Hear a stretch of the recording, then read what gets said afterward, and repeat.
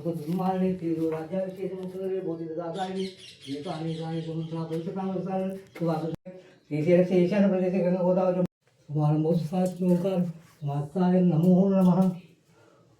పేరు చెప్పండి. నందాదీపం రాజవీరయ్య. నందాదీపం రాజవీరయ్య. రాజవీరయ్య. ఇక్కడ వీళ్ళకు గురుస్వాములు, మాదిగ కులానికి గురుస్వాములు. ఇక్కడ అన్ని కులాలకు అన్ని గురుస్వాములు ఉన్నారు, అన్ని జంగాల వాళ్ళు ఉన్నారు. కొన్ని శీలమైపోయారు, కొందరు లేకుండా అయిపోయినారు, అదే కొందరు ఉన్నారు. అదే ప్రతి మఠానికి వీరశైవ లింగాయట్లే వాళ్ళకు గురువులుగా వ్యవహరించి చేస్తున్నారు అనమాట. అదే కదా.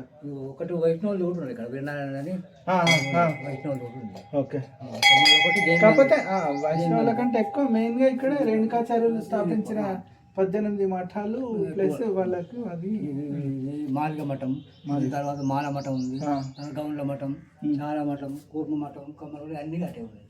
పెరిక మఠం, మేర మఠం ఉంది, పద్మశాలి మఠం, మేదర మఠం ఇవన్నీ ఉన్నాయి.